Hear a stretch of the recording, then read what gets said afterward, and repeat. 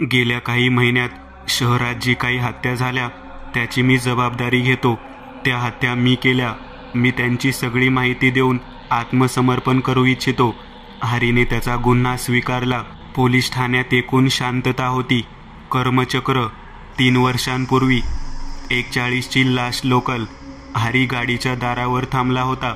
कानात कॉर्ड्स लावून गाणी ऐकत होता. यार, आज खूप उशीर झाला. शट मॅन, कामाचा नुसता वैताग आलाय. हरी स्वतःशी बोलत होता. तेव्हाच गाडी स्टेशनला थांबली. हरी गाडीतून उतरला आणि स्टेशनच्या बाहेर आला. बाहेर एकच रिक्षा होती, तेही भरली. आणि हरी बिचारा रिक्षा रिक्षा करत हाक मारत राहिला आणि रिक्षा निघून गेली. शट यार, एवढ्याला मात्र चालत जावं लागेल काय यार. हरी मात्र कंटाळला होता. तेव्हाच त्याच्या मागून एक मुलगी स्कूटीवर आली आणि येऊन त्याच्या पुढे थांबली. कुठे सोडू का तुला? एक सुंदर मुलगी त्याच्या वाटत उभी होती. तिला पाहताच हरी तिला एकटक बघत बसला. अचानक असे एका मुलीने लिफ्टबद्दल विचारलं म्हणून हरी बोलताना अडकत होता आणि ह्यापुढे तो काही बोलू शकला नाही. बरं बस. हरी मागे बसला. कुठे सोडू तुला? रामेशवाडी. हरी पटकन बोलला. अच्छा चालेल, मी पण पुढेच राहते गावात. हरी शांत बसला होता. ती मुलगी पण काही जास्त बोलत नव्हती. हरी मनातल्या मनात त्या मुलीबद्दल विचार करत होता. तोपर्यंत ते लोक रमेशवाडीला पोहोचले. चल, आलं तुझं स्टॉप. Thanks a lot. सवय नको लावून घेऊस फक्त. एवढं म्हणून ती मुलगी पुढे निघून गेली. हरी खूप खुश होता. गालातल्या गालात हसत होता. तेव्हाच तो अचानक बोलला, शट यार, नावच विचारायला विसरलो. हरी घरी गेला, पण गाडीवर येताना गाडीच्या आरशात बघितलेली त्या मुलीची बस एक झलक त्याला सतत आठवत होती. दुसऱ्या दिवशी तो सकाळी नेहमीच्या वेळी स्टेशनला पोहोचला आणि सारखं इथून तिथं पाहत होता की ती मुलगी दिसते की कुठे. पण ती मुलगी हरीला कुठे दिसली नाही. हरी लॅबमध्ये काम करायचा. दिवस असाच निघून गेला. हरी नुसतं त्या मुलीच्या विचारात होता. शेवटी तो क्षण आला ज्याची वाट हरी दिवसभर बघत होता. आज पण हरी स्टेशनच्या बाहेर आला आणि रिक्षा स्टँडवर येऊन थांबला. पण आज मात्र कालसारखं नव्हतं. रिक्षामध्ये जागा तर होती, पण हरी काय बसायला तयार नव्हता. गावात का? रिक्षावाला विचारत होता. नाही यार, जावा तुम्ही, हरी वैतागून बोलला. शेवटी तो रिक्षावाला निघून गेला. 1:30 वाजले होते. हरी सारखा इथं तिथं बघत होता. यार, कुठे राहिली? तेव्हाच एक मुलगी स्कूटरवर त्याच्या समोरून निघून गेली. तिला जाताना बघत हरीने जोरात तिला हाक मारली. अगं ये, अगं ये, अगं थांब. पण ती वेगाने निघून गेली आणि हरी तसाच तिकडं तोंड पडून उभा राहिला. तो खूप चिडला होता. काय यार, बिचारा एक एवढा साधा भोळा मुलगा, रात्रीच्या वेळेस एकटा. या पोरीने काही विचारच नाही केला माझा. इतक्या वेगाने निघून गेली. पण आता मी कसा जाऊ घरी? देवा, तू साधा आणि भोळा. हरी मागे वळला. बघतोय तर काय, ती मुलगी समोर उभी होती. तू ऐकलं का सगळं? असं नाही अगं, मला वाटलं ती मुलगी जी गेली स्कूटीवर ती तूच आहेस म्हणून. हरी बोलत बसला आणि ती मुलगी त्याच्या समोरून एका गेटच्या आत शिरली. तिला जाताना बघून हरी बोलला, अगं ऐक तर, कुठे जाते? आज गाडी नाही आणलीस का? तेच आणायला जाते मी. दिसत नाही एवढा मोठा पार्किंगचा बोर्ड तुला? ती मुलगी अगदी रागात बोलली. हरी हळूच बोलला, चिडतेस कशाला? प्रेमाने बोल ना. पण यार, रागात तर अजून सुंदर दिसते. देवा, आज प्लीज साथ दे माझी. तितक्यात ती मुलगी आली. चल बस आणि गप्प बस, थोड्या चिडक्या स्वरात बोलली ती पोरगी. हरी गुपचूप गाडीवर बसला. बोलली होती ना, सवय नको लावू. एक दिवस मदत काय केली, दुसऱ्या दिवशी लगेच मागं लागलास माझ्या. आजकाल कुठल्या साध्या भोळ्या मुलाची रात्रीच्या वेळेस मदत पण नाही करावी. देवा, तूच वाचव, ती पोरगी म्हणाली. हरी गालातल्या गालात हसत होता आणि कालसारखंच चोरून गाडीच्या आरशात तिला पाहत होता.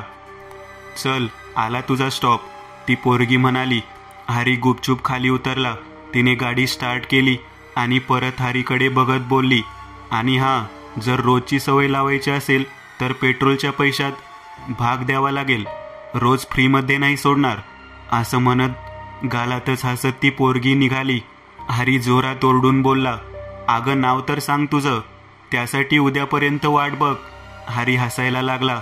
देवा धन्यवाद म्हणत हरी तिथून घरी निघून आला. दुसऱ्या दिवशी रोजची तीच गर्दी, तीच घाई गडबड, तेच कामाचा व्याप. पण शेवटी दिवस सरला आणि रात्रीची ती वेळ आली. आज हरी नेमकं बरोबर पार्किंगच्या इथे येऊन थांबला होता. वा, आला सोय? हो, आणि हां, पैसे आणले आहेत पेट्रोलचे आज मी. हरी म्हणाला. दे मग. हरीने खिशात हात टाकला. तेवढ्यात ती पोरगी पार्किंगच्या आत गेली आणि गाडी घेऊन आली. चल बस. हां पैसे ही घे. असू दे, आज कधीतरी पेट्रोलची टाकी फुल करून घेईन तुझ्याकडून मी. हरी हसायला लागला. ती मुलगी पण हसायला लागली. मी काय बोलतो? हां बोल, तू काय बोलतो? तू असं रात्रीचं फक्त गाडी घेऊन निघतेस का? असं म्हणजे बिचाऱ्या साध्या मुलांना सुखरूप घरी सोडायला? तिने काही उत्तर नाही दिलं. नाही म्हणजे असं दिवसा पण कुठे येते जाते का, असं विचारायचं होतं. हरी बोलला, पण परत तिने काही उत्तर दिलं नाही. हरी मनातल्या मनात विचार करायला लागला की काय झालं अचानक, ही एवढी शांत का झाली? आता 100, आधी तर ठीक होती. नाही म्हणजे ठीक आहे असं काही नाही, असं रात्रीचं घरपोच सर्व्हिस पण चालेल मला, जे काय आहे भाडं देईन मी. हे ऐकून ती मुलगी हसायला लागली. हरीला थोडं बरं वाटलं तिला हसताना पाहून. गाडी थांबली. हरी खाली उतरला. तुझं नाव खूप जड आहे का? म्हणजे? नाही म्हणजे जिभेवर येत नाही लवकर, भार जास्त आहे वाटतं नावाचा. ती हरीला रागाने बघायला लागली. हरी शांत झाला. संध्या नाव आहे माझं, तेवढं जड नाहीये. हरी खुश झाला आणि आनंदाने तिच्या समोर बघत होता. तेव्हाच संध्या बोलली, तुझं नाव बहुतेक जड आहे नाही का? नाही, हरी नाव आहे माझं. हरी संध्यासारखे हावभाव करत बोलला आणि मग दोघे हसायला लागले. चल मी आता जाते नव्हे, येते म्हण. ती आई नेहमी बोलते की जाते नाही म्हणायचं असं. बरं येते म्हणत संध्या गेली. हरी तिला जाताना असंच बघत होता आणि तोंडातल्या तोंडात बोलला, संध्या. 2 वर्षानंतर संध्यासोबत असं करताना एकदा पण विचार नाही का आला तुला? बाप होतास ना तू तिचा. हरी अगदी द्वेषामध्ये बोलला. समोर संध्याचे बाबा अगदी रक्तबंबाळ झालेले होते. आता त्यांच्यात बोलण्याची सुद्धा ताकद उरली नव्हती. बोल ना, माझं प्रेम होतं तिच्यावर, असं म्हणत हरीने दांडक्यावरची पकड अजून भक्कम केली आणि जोरात त्या दांडक्याने संध्याच्या बाबावर प्रहार केला. त्यांनी जीव सोडला, पण हरी रागात इतका हरवला होता की तो न थांबता वार करत होता आणि शेवटी दमून त्याने तो दांडका फेकला आणि डोक्यावरून हात मारून रडायला लागला. हरी जोरात किंचाळला, संध्या. रात्रीची वेळ होती. हरी गाडी चालवत प्रकाशच्या घराकडे जात होता. प्रकाशच्या घराजवळ आल्यावर त्याच्या घरापासून थोड्या अंतरावर हरीने गाडी थांबवली आणि उतरून बाहेर गाडीला टेकून उभा राहिला. शर्टच्या खिशातून त्याने एक सिगारेट काढली आणि पॅन्टच्या खिशातून लायटर काढलं. सिगारेट पेटवून एक कश मारून हरी आकाशात पाहू लागला. थोडा वेळ असंच तो तिथं उभा राहिला. एकूण अर्धा तास वाट बघितल्यानंतर शेवटी त्याला प्रकाश दिसला. प्रकाश त्याच्या गाडीमध्ये बसून निघून गेला. हरी पण पाटणं त्याच्या गाडीत बसला आणि प्रकाशच्या गाडीचा पाठलाग करायला लागला. एकूण पाऊण तास त्याच्या गाडीचा पाठलाग केल्यानंतर प्रकाश पनवेल महामार्गावर येऊन थांबला. रस्त्याच्या एका बाजूला कित्येक पोरी उभ्या होत्या. प्रकाशने त्यातल्या एका मुलीला हाक मारली. ती मुलगी पटकन प्रकाशच्या गाडीजवळ आली. प्रकाशने गाडीचा काच खाली केला आणि बोलला, चल बस, पण नखरे नाही हा बिलकुल, इथं नाही हात लावायचा. असं नको तसं नको. ती पोरगी हसत म्हणाली, रोकडा दे, तू सांगशील तसं मी काम करील. ये होईना बात, चल ये लवकर बस. प्रकाश खुश होऊन बोलला. प्रकाशने त्या मुलींसाठी दार उघडलं आणि ती मुलगी पटकन गाडीत बसली. प्रकाश त्या मुलीला घेऊन तिकडून निघाला. हरीने पटकन गाडी चालू केली आणि त्याचा पाठलाग करू लागला. थोडं लांब जाऊन प्रकाशने गाडी थांबवली. त्या पोरीचा हात पकडून प्रकाश बोलला, हॉटेलला पोचेपर्यंत थांबता येणार नाही, एक राऊंड इथंच होऊन जाऊ दे. म्हणत प्रकाशने त्या पोरीला घट्ट मिठीत धरलं. हरीने बंदूक काढली, त्या गोळ्या भरल्या आणि भक्कम मनाने तो गाडीच्या बाहेर उतरला आणि हळूहळू तो प्रकाशच्या गाडीकडे चालायला लागला. चालता चालता त्याने एक मोठा दगड उचलला आणि गाडीजवळ पोचून त्याने जोरात दगड गाडीच्या आरशावर मारला. प्रकाश घाबरला. ए थांब म्हणत प्रकाश स्वतःला सावरत होता. ती पोरगीही घाबरली होती. दोघे पुढे काय करतील किंवा समजतील याआधी एकूण 3-4 वेळा दगडाने आरशावर प्रहार केल्यामुळे आरसा तुटला आणि हरीने आत हात टाकून पटकन गाडीचं दार उघडून घेतलं. दार उघडताच हरीने बंदूक काढली आणि त्या पोरीला बोलला, तू जा इथून. हे ऐकताच त्या पोरीने जसे तसे तिचे कपडे सरळ केले आणि जीव वाचवत ती तिकडून धावत सुटली. प्रकाशने हरीला लगेच ओळखलं. हरी नाही, थांब. हरी नाही, थांब. मी काही नाही केलं. संध्याचं नाव ऐकताच हरीने एकदम गोळी फायर केली आणि धडधड एकामागे एक 6च्या 6 गोळ्या त्याने एकदम फायर केल्या. हरी एक क्षण तिथंच थांबला आणि मग हळूहळू चालत तो येऊन गाडीत बसला आणि घरी आला. दिवस असेच जात होते. हरी रोज काम नसताना सुद्धा कामावरून उशिरा निघायचा. संध्या पण हरीची वाट बघत थांबायची. दोघे हळूहळू एकमेकांची खूप काळजी करायला लागले. बघता बघता कधी ते इतके जवळ आले त्यांना कळलंच नाही. एक दिवस असंच रोजच्या प्रमाणे हरी आणि संध्या भेटले. हरी आणि संध्या रोज फक्त त्या 5 मिनिटांच्या भेटीसाठी आतुर असे. हरी तुझा स्टॉप आला, संध्या हलक्या कोमल स्वरात बोलली. हां. संध्या, हां, काहीतरी बोलायचं आहे मला, हरी बोलला. संध्याच्या हृदयाचे ठोके वाढले. हां बोल. बोलताना शब्द तिचे तोंडातच राहिले. पहिल्या दिवस जेव्हापासून मी तुला बघितलं आहे तेव्हापासून काय माहीत तुझ्यात ना एक जादू आहे वेगळीच एक. कसं सांगू, पहिल्याच भेटीत असं वाटलं की हीच आहे ती. हरी एका क्षणासाठी शांत झाला आणि संध्या खाली मान टाकून थांबली होती. मला नाही माहीत कसं बोलू. माहीत नाही की तुझी यावर काय प्रतिक्रिया असेल, पण मला तुला जवळून ओळखायचं आहे. जर तुझी परवानगी असेल तर आपल्या या मैत्रीला एक नवीन नाव देऊ इच्छितो मी, प्रेमाचं. जर तुझी परवानगी असेल तर. संध्या एकदम शांत थांबली होती. हरीने पुन्हा विचारलं, आहे का परवानगी तुझी? नाही. बस, यापुढे काही बोलू नको म्हणत संध्याने गाडी चालू केली आणि तिथून निघून गेली. संध्याला जाताना पाहून हरीला कसं तरीच होत होतं. ती नाही म्हणणार याची त्याला बिलकुलही अपेक्षा नव्हती. हरीला वाईट वाटलं. बेलचा आवाज ऐकून हरीची झोप मोड झाली. तो उठला आणि त्याने जाऊन दार उघडलं. बाबा, एवढ्या सकाळी सकाळी काय झालं? सगळं ठीक आहे ना? आई, हरीने काळजीने विचारलं. आईची एवढी काळजी आहे तुला? घरी येऊन किंवा फोन करून विचारतो आई कशी आहे ते. हरीचे बाबा अगदी रागात बोलले. बाबा, सकाळी सकाळी भांडायला आले आहात का? हरी जरा वैतागलेल्या स्वरात बोलला. तुला आमची असो की नसो, आम्ही तुझे आई वडील आहोत. आम्हाला तुझी काळजी आहे. बाबा, तुम्ही बसा, हरी आग्रहाने बोलला. नाही, मी बसायला नाही आलो. तू घरी चल, तुझ्या आईला भेटायचं आहे तुला. चल तू. बाबा, तुम्हाला माहीत आहे तुला काय त्रास आहे घरी यायला. तिथंच जन्म झाला, लहानाचा मोठा झाला. आमची तुला काहीच पडली नाही का? निदान तुझ्या आईसाठी चल. दिनकर बोलतच होते तितक्यात त्यांचा फोन वाजला. त्याने बोलणं थांबवून फोन उचलला. काय? कधी? कसं काय? दिनकरला मोठा धक्का बसला. मी येतो म्हणत दिनकरने फोन ठेवला. काय झालं? प्रकाशची कोणीतरी हत्या करून टाकली रात्री. कामानिमित्त बाहेर गेला होता. दिनकर बोलले. काकाची हत्या कोणी केली पण? हरी दिनकर सोबत प्रकाशच्या अंतिम क्रियेसाठी प्रकाशच्या घरी आला होता. प्रकाश हरीचा सख्खा काका होता. लता, हरीची आई, हरीला बघून त्याच्या जवळ आली. कसा आहेस? किती दिवस झाले, ना फोन ना काय. तू आज घरी चल माझ्यासोबत. आई प्लीज, नंतर कधी बोलू या विषयावर म्हणत हरी तिथून एका कोपऱ्यात जाऊन उभा राहिला. खूप लोक जमले होते. बायका रडत होत्या. पण हरी मनातल्या मनात खुश होता.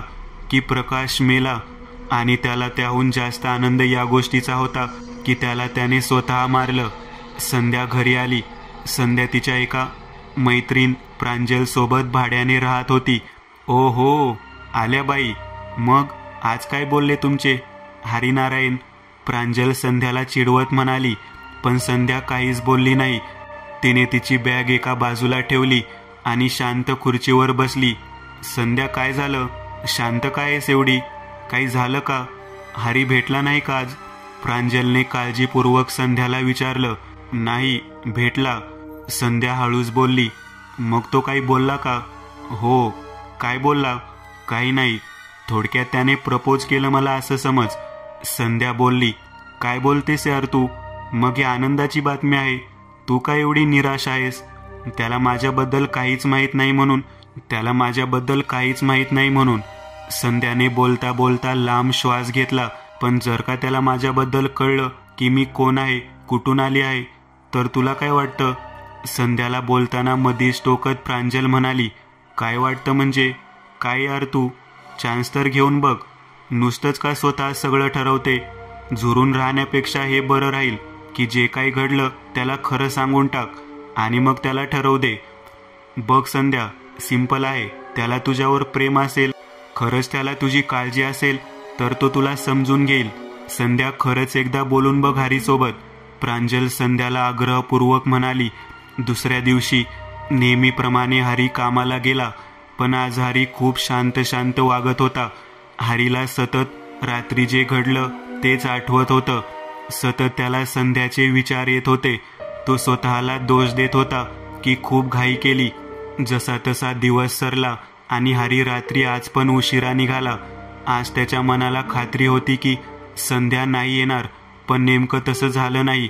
हरी नेहमीच्या ठिकाणाला येऊन थांबला होता, पण संध्या आज वेळेच्या आधीच येऊन लपून थांबली होती. एकूण 10 मिनिट थांबल्यानंतर हरीला वाटलं की संध्या नाही येणार. म्हणून निराश होऊन त्याने घरच्या वाटेवर चालायला सुरुवात केली. तेव्हाच संध्याने मागून गाडीचा हॉर्न वाजवला. पण हरीने काही मागे वळून बघितलं नाही. संध्याने परत हॉर्न वाजवला, पण तरी हरी काही मागे वळला नाही. हरी त्याच्याच विचारात चालत होता. संध्याने गाडी चालू केली आणि थेट हरीच्या समोर येऊन थांबली. हरीला एक वेळ स्वतःच्या डोळ्यांवर विश्वास नाही पडला. तुला काय वाटलं मी नाही येणार आज? हरी पटकन बोलला. थँक्स आल्याबद्दल.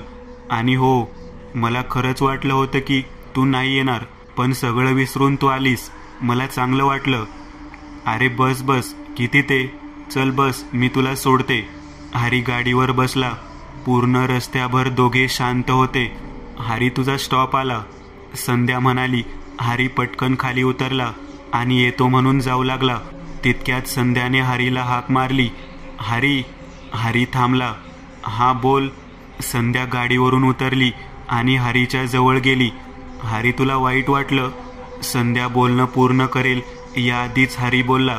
हो वाटलं, पण ठीक आहे. तुला आपली मैत्री स्वीकार आहे तेवढं पण खूप आहे. हरी, तसं नाहीये. मला पण तुला काहीतरी सांगायचं आहे, पण आज नाही.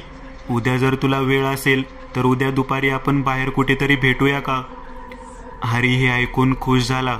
हां चालेल ना, तू बोल, कुठे भेटूया? हरीने विचारलं. उद्या दुपारी 2 वाजता डॅमच्या जवळ. चालेल. हां चालेल. संध्या गालातल्या गालात हसत तिथून निघून गेली. इथं हरी त्याच्या विचारात गुंतला. तो तर स्वप्न बघायला लागला की उद्या असं होईल तसं होईल. हरीची झोपच उडाली. दोघे दुसऱ्या दिवशी ठरलेल्या वेळी ठरलेल्या जागेवर भेटले. पण संध्या भीतीमुळे काहीच बोलत नव्हती. हरी पण विचारात पडला.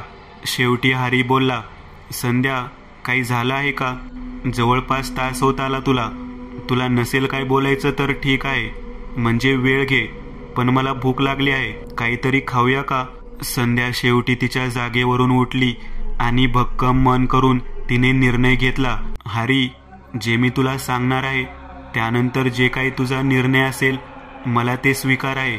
पण फक्त एकच म्हणते की आपली मैत्री प्लीज राहू दे. रिलॅक्स. असं काय बोलणार? हरी बोलत असताना मधीच संध्या बोलली. मी तर माझ्या एका मैत्रिणीसोबत भाड्याने राहते. मी गावी माझ्या 2 बहीण आणि आईबाबा सोबत राहत होती. सगळं चांगलं चालू होतं. गावात मी पहिली मुलगी होती की जिने 12वी पूर्ण केली. सगळं चांगलं चालू होतं. एक दिवस गावी शहरातून एक माणूस आला. पहिल्यांदाच मला बघून त्याने माझ्यासोबत बोलण्याचा प्रयत्न केला, पण मी त्यांच्यासोबत बोलली नाही. तो सतत माझा पाठलाग करायला लागला. पण एक दिवस कंटाळून मी त्याला ओरडली. त्याच दिवशी तो घरी आला आणि बाबासोबत मैत्री केली. त्यानंतर तो रोज घरी यायला लागला. एक दिवस तो नेहमीप्रमाणे घरी आला आणि बाबांना भेटून गेला. त्याच्या गेल्यानंतर आई बाबांसोबत भांडायला लागली. जेव्हा मी विचारलं तर आईने मला काही सांगितलं नाही आणि मला आता जायला सांगितलं. काही वेळानंतर आई आतल्या खोलीत आली आणि मला म्हणाली की हे घे, थोडेफार पैसे आहेत, ते घे आणि पळून जा. पण बाबांनी नेमकं ते ऐकलं आणि धावत खोलीत आले. आईला त्यांनी मारहाण केली आणि मला त्या खोलीत बंद करून निघून गेले. रात्री जेव्हा खोलीचं दार उघडलं तर बाबांसोबत तो माणूस पण तिथं थांबला होता. त्याने खिशातून रुमाल काढला आणि जबरदस्ती माझ्या तोंडाला बांधला आणि ते करायला माझ्या बाबांनी त्याची मदत केली. मग माझे हात बांधले आणि तो जबरदस्ती मला गाडीत टाकून मुंबईला घेऊन आला. 3 दिवस मला एका खोलीत बंद ठेवून 4थ्या दिवशी तो माणूस आला. तुझ्या बाबाला तुझी किंमतच नाही, 2 लाखात विकलं तुला. हे ऐकून मला धक्का बसला. माझे बाबा असं करू शकतात ह्याची मला बिलकुल पण ठाऊक नव्हती. आता पुढे मी 6 लाखात मी तुला विकला आहे. उद्या येईल तो माणूस घ्यायला तुला. खरं तर माझी पण खूप इच्छा होती, पण 6 लाख त्याने एका अटवर दिले की पोरगी एकदम प्युअर असली पाहिजे. काय समजलं का? असं म्हणत तो जोरजोरात हसायला लागला. ते 5 दिवस मी कसे काढले माझं मलाच माहीत आहे. भीती इतकी की जरासा पण आवाज आला तर जीव निघून जात होता. रडून रडून डोळे सुजले. दुसऱ्या दिवशी तो दुसरा माणूस मला घेऊन गेला. तो मला एका मोठ्या घरात घेऊन आला. तिकडं मला चांगलं खायला, कपडे वगैरे सगळं दिलं. पण नेमकं त्या दिवशी रात्री त्या माणसाने माझ्यासोबत जबरदस्ती करायचा प्रयत्न केला. मी स्वतःला वाचवायचा प्रयत्न करत होती. काय माहीत तेव्हा कुठून माझ्या हातात दारूची बॉटल आली. मी ती बॉटल त्याच्या डोक्यावर फोडली आणि तिथून जसं तसं जीव वाचवून पळ सुटली. त्या दिवशी आईने मला जे काही पैसे दिले होते ते मी इतके दिवस सांभाळून ठेवले होते. त्यांचा वापर करून माझ्यासोबत कॉलेजला शिकणारी माझ्या एका मैत्रिणीला मी फोन केला. मला तिचा तो नंबर पाठ होता. तिने सांगितल्याप्रमाणे मी लपत-छपत स्वतःचा जीव वाचवत इथं पोहोचली. तिला मी सगळं सांगितलं. ती इथं भाड्याने राहते. तिचे आई बाबा गेल्यानंतर तिच्या भावाने गावचं घर विकलं आणि कायमस्वरूपी इथं मुंबईला राहायला आले. प्रांजलचं तिच्या भावा आणि वहिनीसोबत पटत नव्हतं, म्हणून ती काम करून वेगळं राहायला लागली. ती एका कॉल सेंटरमध्ये कामाला आहे. तिने मला पण तिथंच कामाला लावला. वर्षभर होत आला. मी अशीच लपून राहते. मी माझ्या कमावलेल्या पैशांनी ही जुनी गाडी विकत घेतली आणि हेच माझं आयुष्य आहे समजून मी घडलं ते विसरून माझं नशीब समजून परिस्थितीला स्वीकारलं. तो माणूस जिवंत आहे की नाही तेही मला माहीत नाही. असंही असू शकतं की मी त्याला मारलं, त्यात त्याचा जीव पण गेला असेल. हे विचार मला सारखे घाबरवतात. मी कुठे पण येते जाते तर लपून छपून जाते, कारण सतत मला भीती वाटते. मी जिवंत आहे हे माझ्या घरच्यांना सुद्धा माहीत नाही. संध्या रडायला लागली. हरी सगळं शांतपणे ऐकत होता. त्या दिवशी काय माहीत मला मनात काय आलं की मी तुझी मदत केली आणि खरं तर मी तुझ्या प्रेमात पडली.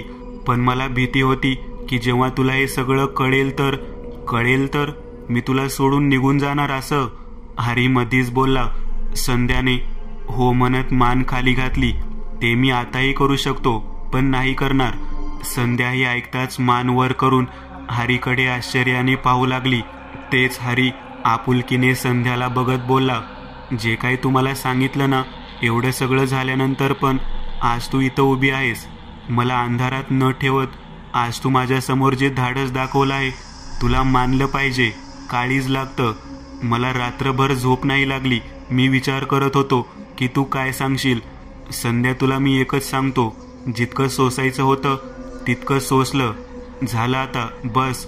हे ऐकताच संध्या जोरात धावत आली आणि हरीला मस्त अशी मिठी मारली. हरीने पण घट्ट तिला मिठीत धरलं आणि बोलला, तुझ्या त्या नजरेतील नजाकतीला कसलीच तोड नाही. मला आता तुझ्याशिवाय कसलीच ओढ नाही. हरी परत घरी आला. संध्या समोर बसली होती. आलास जाऊन? संध्याने विचारलं. हो आलो. हरीने निरागसताने उत्तर दिलं. मला ना तुझं काहीच कळत नाही. आधी त्याला मारलं आणि आता त्याच्याच अंतिम क्रियेत जाऊन आलास. मग काय सोडू त्याला? विसरलीस त्याने काय केलं होतं तुझ्यासोबत? केलं ते केलं, पण तू आता जे करतोय ते. संध्या बोलेल या आधीच हरी बोलला. मी जे करतोय ते ठीकच करतोय आणि जोपर्यंत माझ्या मनाला शांती नाही मिळणार तोपर्यंत करणार. म्हणत हरी बेडरूममध्ये निघून गेला.